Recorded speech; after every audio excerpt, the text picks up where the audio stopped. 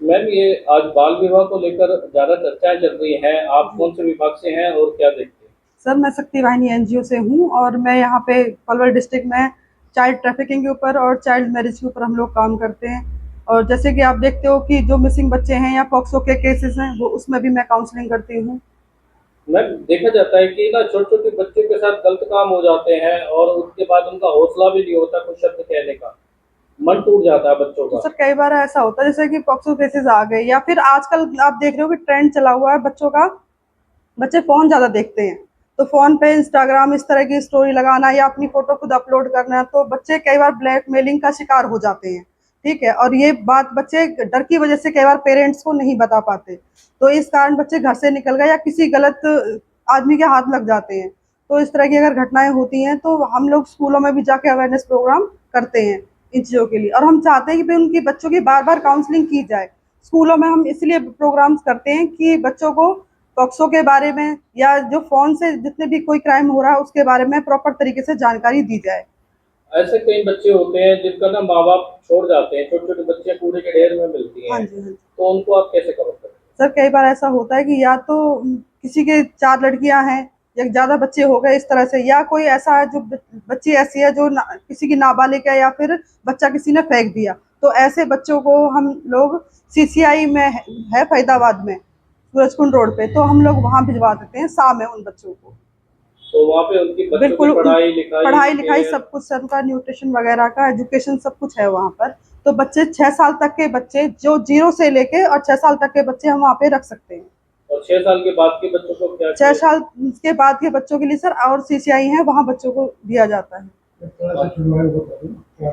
और अभी फिलहाल आपने पलवल जिले में कितने बच्चों का रेस्क्यू किया है और क्या कुछ टीम का प्रोग्रेस हुई है? चाइल्ड लेबर में सर? हाँ जी। चाइल्ड लेबर में तो सर हमने कम से कम भी 250 से ऊपर बच्चों को रेस्क्यू किया है।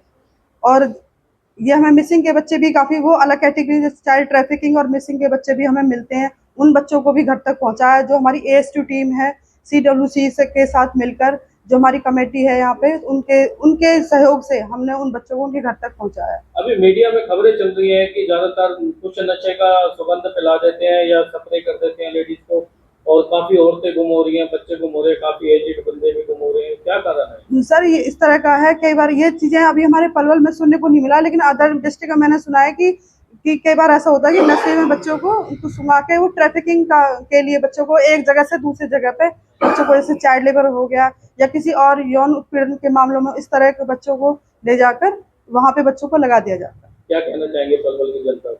मैं पलवल की जनता को सर ये कहना चाहती हूँ कि अपने बच्चों का ध्यान रखें, ठीक है? और उन्हें टाइम दें एक दोस्त की तरह उन बच्चों को समझें और उनसे इससे दूर रहें। और फ़ोन से दूर रखें और समय-समय पर ये नहीं कि डेली बच्चों को समझाया जाए, लेकिन हफ्ते में 10 दिन में बच्चों को एक बार 1 घंटे के लिए बिठा के प्यार से समझाया जाए। सर, बाल विवाह के बारे में और ये जो बच्चों के बारे में आप क्या कहना चाहते हैं? कौन-सी टीम देखते हैं आप? हम बाल विवाह है चाहे 18 साल से जो भी वर्क होता है, हम अवेयरनेस देखते हैं बच्चे के जो वेलफेयर में होता है उसके लिए हम काम करते हैं।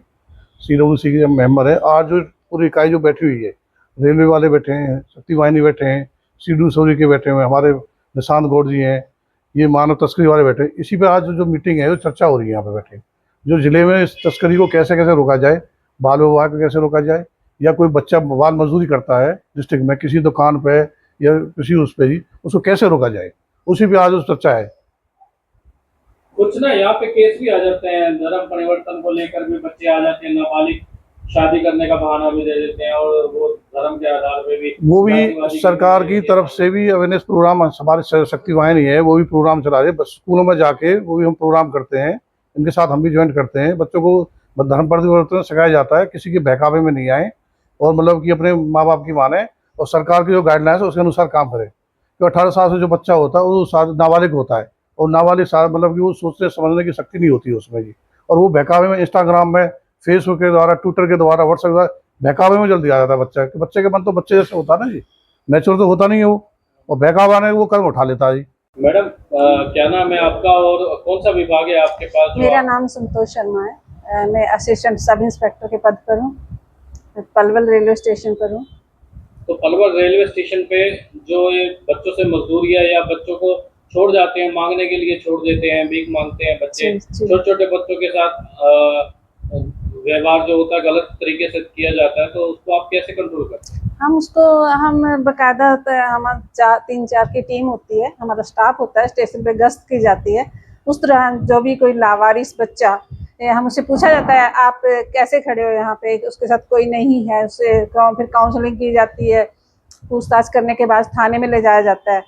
फिर जैसे वो बताता है, अगर वो अकेला है तो उसको फिर हम हैंड ओवर करते हैं। ठीक है। और कोई मैम हेल्पलाइन नंबर वगैरह आपका, या किस तरीके से आपके पास अगर वहाँ पे 139 नंबर है हमारा। ठीक है जी, जी 1093। नहीं नहीं 139। Railway helpline 139। ठीक है। इस पे जहाँ भी आप मैसेज इस नंबर पे कॉल करेंगे, हमारा जो कंट्रोल रूम है